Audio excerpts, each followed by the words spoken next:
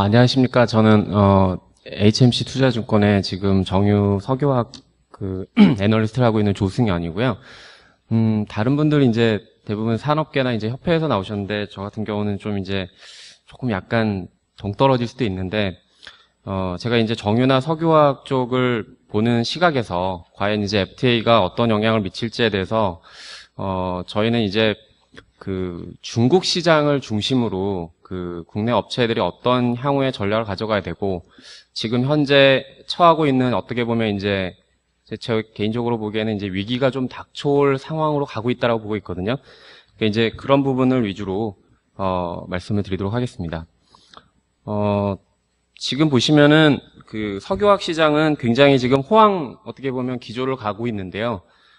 이 호황 기조가 대략 3, 4년 정도는 충분히 지속될 수 있다라고 저희는 보고 있습니다. 일단 이제 이게 수급 밸런스 상에서 중국이 자금률 자체가 이렇게 높지 않고 있고요. 그래서 이제 그런 영향 때문에 2009년 이후에 이제 중국 정부가 경기 부양 정책을 예를 들면 가전하향이라든지 이구환신 정책을 쓰면서 굉장히 이제 경기 부양 정책의 최대 수혜를 우리나라 애들이 받습니다. 이제 중간재를 판매하다 보니까 그런 부분에서 이제 굉장히 좋았고요.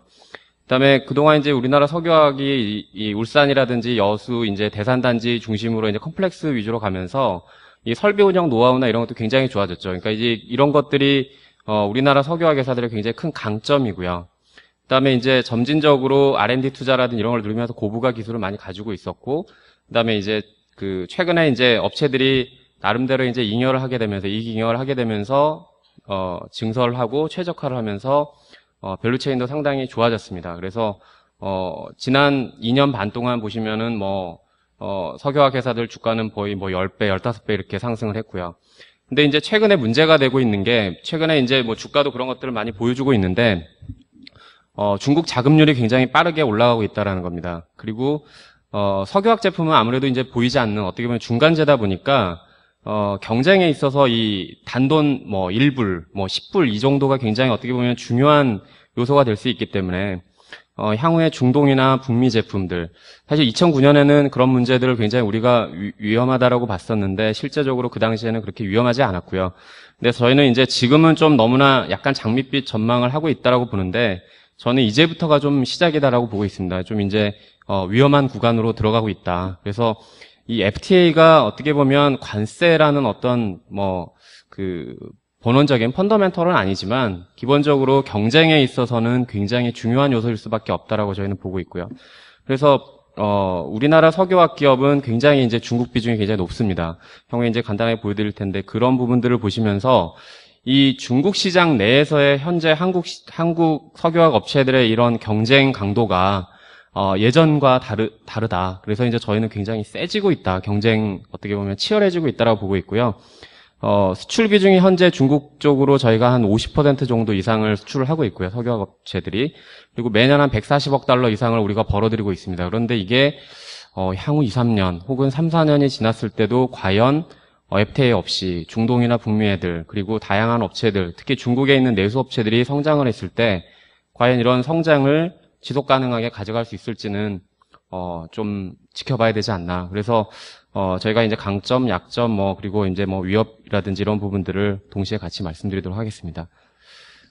지금 그래서 이제 FTA를 저희가 한중 FTA가 특히 석유화학 업계에 있어서 가장 중요한 이유 중에 하나가 이익을 잉여해서 우리가 R&D를 하고 고부가를 시켜야 되는 시점이거든요. 근데 이런 부분이 지난 2년 반 동안 굉장히 선순환을 이루어왔습니다. 그런데 이 부분이 이제 향후에 2, 3년 후, 3, 4년 후에 어려워질 수 있다라는 거죠.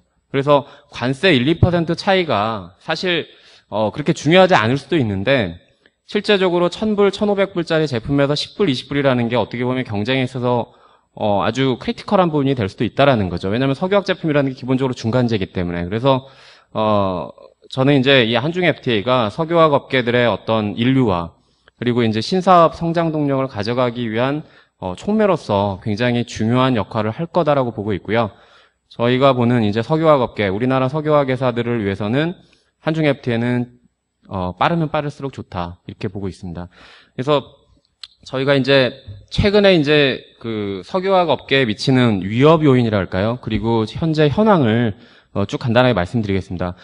석유화학은 기본적으로 뭐 여러분들 잘 아시다시피 중간 소재를 만드는 산업이기 때문에 유가라는 이 원료 가격에 굉장히 연동을 많이 하고 있습니다. 그래서 지금 보시면은 뭐 원료인 납사 가격부터 시작해서 지금 이 모든 제품 가격들이 굉장히 이제 유가와 연동돼서 굉장히 많이 올랐습니다. 특히 중동에서 지난 3년 동안 증설된 물량이 굉장히 많이 나오면서 이 에틸렌 쪽은 상대적으로 가격이 저조한 수준입니다. 지금 보시면은 납사라든지 뭐 프로필렌 가격에 비해서 상당히 이제 에틸렌은 이제 진폭을 보이면서 올라왔는데 이 중동에서 생산하지 않는 부타디엔 같은 경우는 굉장히 급등을 했죠. 최근에 뭐 잘 아시다시피 고무 가격은 굉장히 많이 올랐고요. 지난 3개월 동안 무려 고무 가격은 2배 가량 올랐습니다. 그러니까 고무의 원료인 부타디엔 가격이요. 그래서 보시면 2,000불대이던 게 4,000불대가 됐습니다.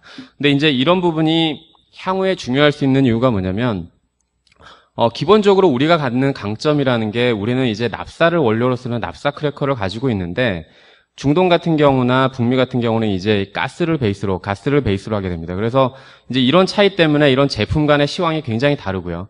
그래서 이제 이 시황의 차이 때문에 수익성의 차이가 생깁니다. 여기 보시면은 PE 같은 경우는 2009년도에 그 2008년도 금융위기 이후에 2009년도부터 시황이 굉장히 좋았습니다. 경기부양 정책에 의해서. 그런데 2009년, 10년, 11년의 추이를 보시면, 트렌드를 보시면 현재 PE의 스프레드, 소위 말하는 원재료가와 제품 가격의 스프레드 차이가 계속해서 줄어들고 있다는 겁니다.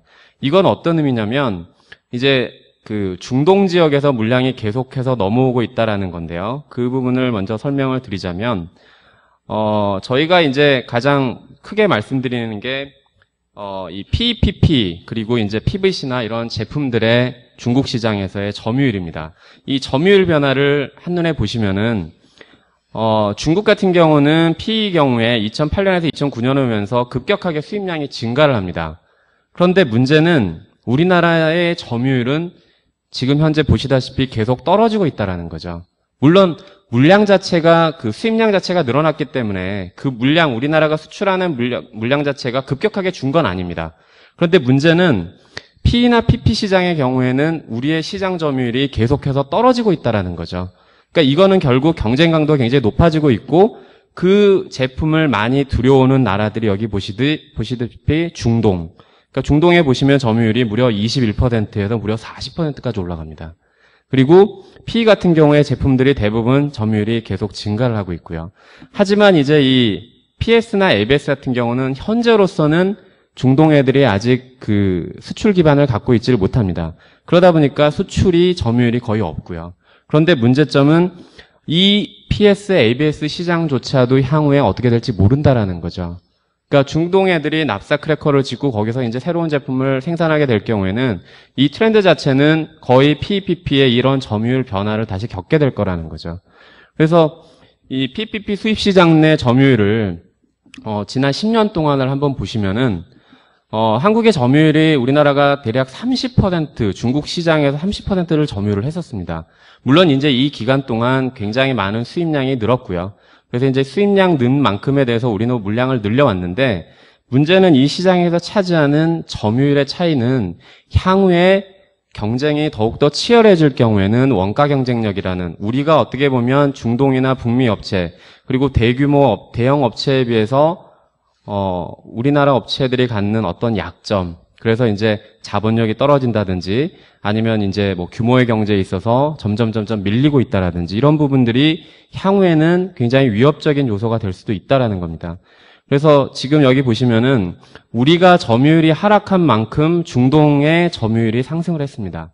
그러니까 물론 이게 이제 우리나라 업체들이 고부가 제품을 판매를 했고 그런 부분들이 있기 때문에 이제 뭐 미치는 영향 자체는 아직까지는 크게 나지는 않고 있는데 문제는 이 시장도 오래가지 않을 거라는 거죠.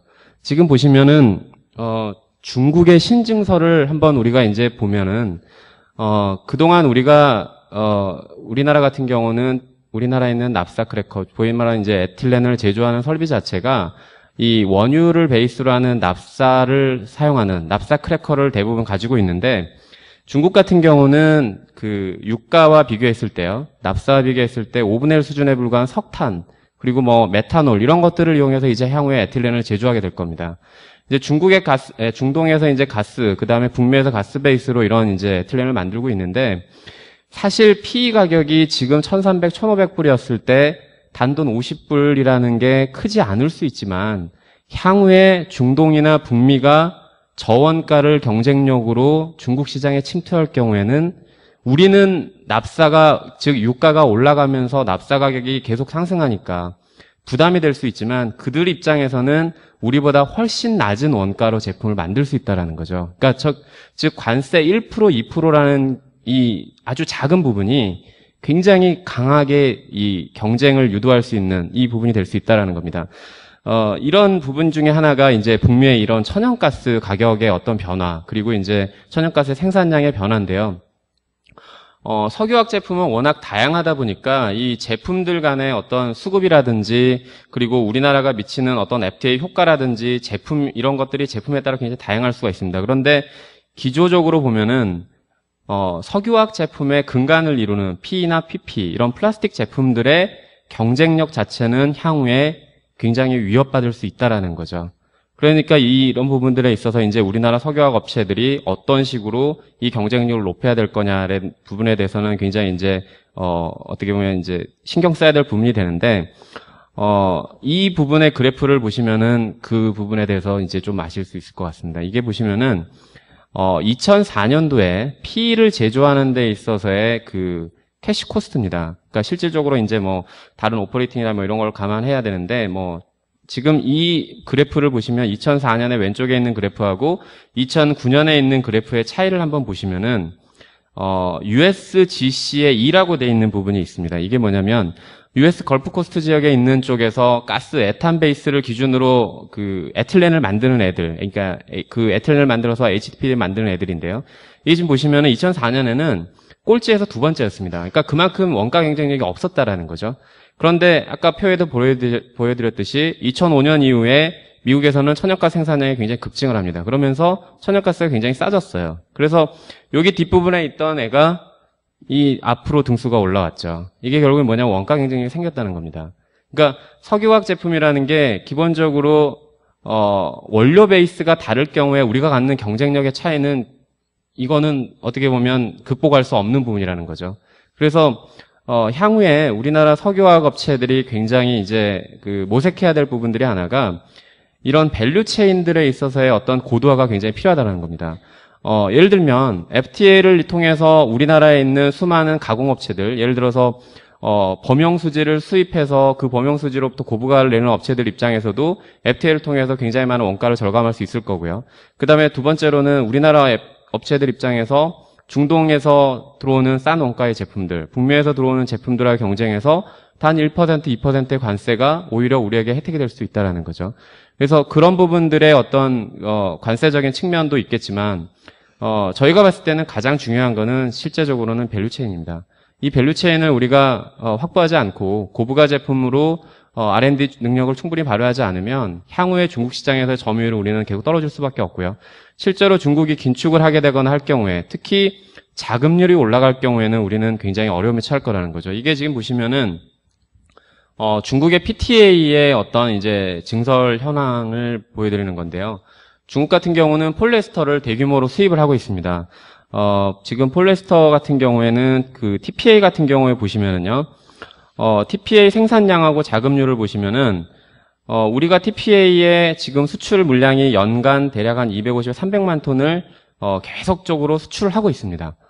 그런데 문제는 중국 자체도 계속적으로 생산량이 급증하고 있어요. 그러면 중국은 계속해서 자금률이 올라간다라는 거죠. 그러면 이 자금률이 올라가는 경우에는 지금 현재로는 수입량이 계속적으로 늘고 있고 줄어들지 않을 거라고 예상할 수 있지만, 문제는 향후에 이러한 증설이 끝났을 때는 우리가 수입 자체를 많이 못할 수도 있고요. 그다음에 두 번째는 이 반덤핑 과세를 굉장히 강하게 할 수가 있습니다. 우리가 지금 현재는 중국의 TPA 시장에 여기서 보시듯이 대략 50%의 수입 비중을 차지하고 있는데, 만약에 우리가 이 자금률이 중국에서 올라가게 되면 과연 이 비중이 떨어지면서 이 다른 애들, 우리가 지금 현재 반덤핑 과세를 받는데도 2에서 3%밖에 받지 않습니다. 그런데 나머지 업체들 같은 경우는 6에서 17%를 받고 있습니다. 그러니까 이게 뭐냐면 결국 중국 애들은 자급 정책을 위해서 계속적으로 자급률을 올리면서 자기 자국 내 업체들을 보호하기 위해서 반덤핑 관세를 계속적으로 부과할 수 있다라는 거죠. 그렇게 되면은 우리나라 업체들은 그 시장에서 경쟁도 할 수 없는 상황까지도 들어갈 수 있는 아주 극단적인 상황으로 내몰 수 있다라는 거죠. 그래서 저희가 보는 거는 기본적으로 두 가지입니다. 석유화학 업체에 있어서의 원가 경쟁력을 기본적으로 가져가되 이런 관세 장벽은 굉장히 중요한 역할을 할 수밖에 없다라는 거고요. 그 부분들에 이제 저희가 이제 중요한 사례가 될 수 있는 게 그 한칠레 FTA에서 나왔던 부분입니다. 여기 보시면은 한칠레 FTA를 할 경우에 그 석유화학 제품에는 그 제품 간의 다양성이 그렇게 이제 어떻게 보면 하나의 제품, 즉 예를 들면 P이다 그러면은 P에서도 물론 고부가 제품이 있고 하겠지만 대부분의 어떤 뭐 차이가 그렇게 크지 않은 중간재일 경우에는 어떻게 보면 경쟁 강도 자체가 단돈 10불 혹은 뭐 20불에도 결정될 수가 있습니다. 그런데 이제 한칠레 FTA가 체결된 이후에 한국의 경유 제품이 멀리 남미까지 대략 한 10배 정도가 수출이 늘었습니다. 이게 이제 6%라는 관세가 있었는데 이 부분이 이제 점진적으로 폐쇄되면서 10배 수출이 늘었거든요. 그래서 이런 부분들은 석유화학 제품처럼 약간 이제 차이가 이제 그렇게 크지 않은 중간재 시장에서는 굉장히 큰 위력을 발휘할 수도 있다. 그러나 결과적으로는 향후에 중동이나 북미 혹은 중국 내부에서 자급률 상승과 이루어지는 이런 어떤 치열해지는 경쟁에 있어서는 결과적으로 관세 효과에만 기대기엔 어려운 그런 현상을 지금 보여주고 있다. 그래서 저희는 FTA는 어떻게 보면 우리나라 석유화학 회사들이 인류 회사로 가는 어떤 촉매로서의 어떤 작용을 하고 있고 이 부분은 최소한의 것이라고 저희는 생각을 하고 있고요. 향후에 이보다 더 이제 계속적으로 중요해지는 것들은 여기 서두에서 말씀드렸듯이 이런 밸류체인들 그리고 고부가화 그리고 끊임없이 혁신을 통해서 R&D를 통해서 기술 기반의 어떤 신사업을 만들어가는 이런 전략적인 선택이 필요하다. 단지 예전처럼 물량을 많이 늘려서 하는 걸로는 경쟁이 되지 않는다. 그래서 마지막으로 말씀드리면 이 중국의 에틸렌 생산 능력의 변화를 한번 보시면은 2005년 같은 경우에는 중국이 우리나라보다 작았습니다. 에틸렌 생산 능력이. 그러나 이 트렌드를 한번 보시면 중국은 계획경제하에서 급격하게 에틸렌 생산량을 증가시켜 왔다는 거죠. 우리가 더 이상 물량으로 혹은 우리가 단순히 싸다라는 이유만으로는 시장에 접근하기 어렵다. 그러면 이런 동일한 제품 어떤 특성을 갖고 있는 시장에서는 결과적으로 밸류체인 그리고 고부가화 이 두 가지가 선행되어야 된다. 저희는 그렇게 보고 있습니다. 이상입니다.